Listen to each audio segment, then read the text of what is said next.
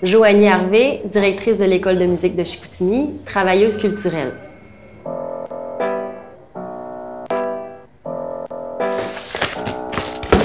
Étudier en art au cégep va vous permettre d'accéder à tout un éventail de programmes universitaires.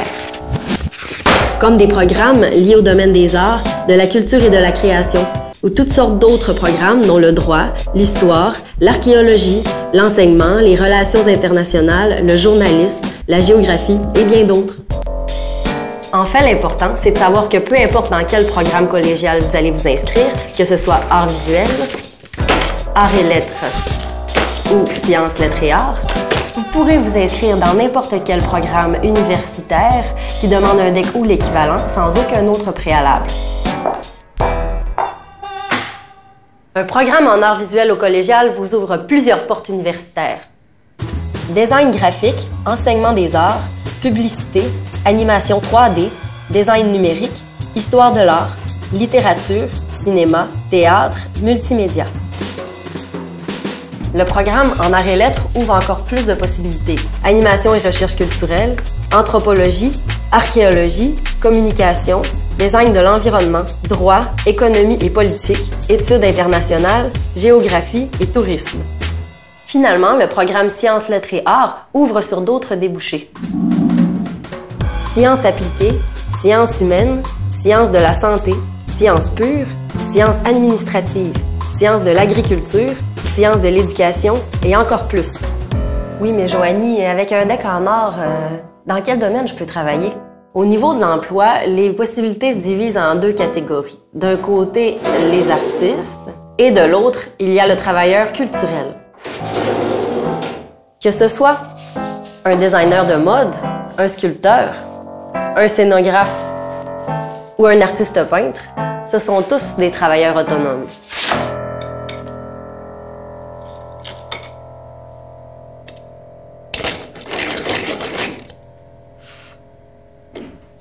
Souvent, l'artiste crée son propre emploi et peut obtenir des contrats de différents organismes, par exemple un contrat en graphisme, faire le montage d'un film ou la conception d'un décor.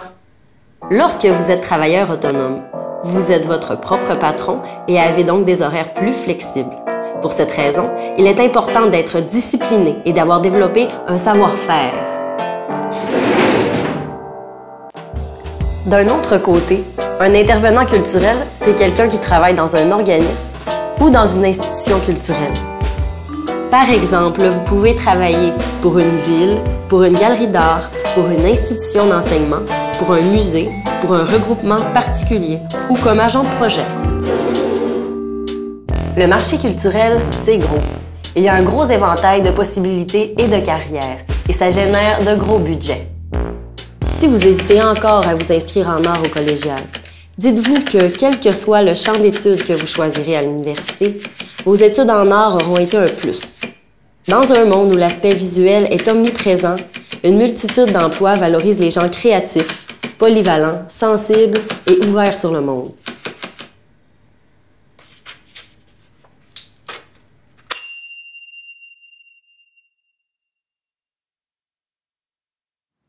Bonjour, je m'appelle Joanie Harvey et non, je ne suis pas comédienne, mais je suis bel et bien directrice d'un organisme culturel qui est l'École de musique de Chicoutimi. Mon parcours scolaire, moi, j'ai d'abord fait un DEC en art plastique au cégep de Jonquière. Aujourd'hui, on l'appelle DEC en art visuel depuis 2013. Ensuite, j'ai fait un baccalauréat interdisciplinaire en art à l'Université du Québec à Chicoutimi, en option art visuel. J'ai ensuite fait un certificat en administration à temps partiel, en même temps que diverses implications puis expériences dans le milieu culturel. Pour faire un parallèle avec la capsule que vous venez de voir, ce qu'on veut souligner, c'est que l'administration d'organismes culturels, c'est pas nécessairement gris, rigide, puis que ça se répète et c'est toujours la même chose. C'est aussi ponctué de plein de créativité, de plein de projets novateurs puis mobilisateurs. Puis, c'est sûr que avoir des connaissances en art, puis bien connaître le milieu de la culture, puis avoir des gens créatifs, ça va toujours être utile, notamment dans la gestion d'organismes culturels.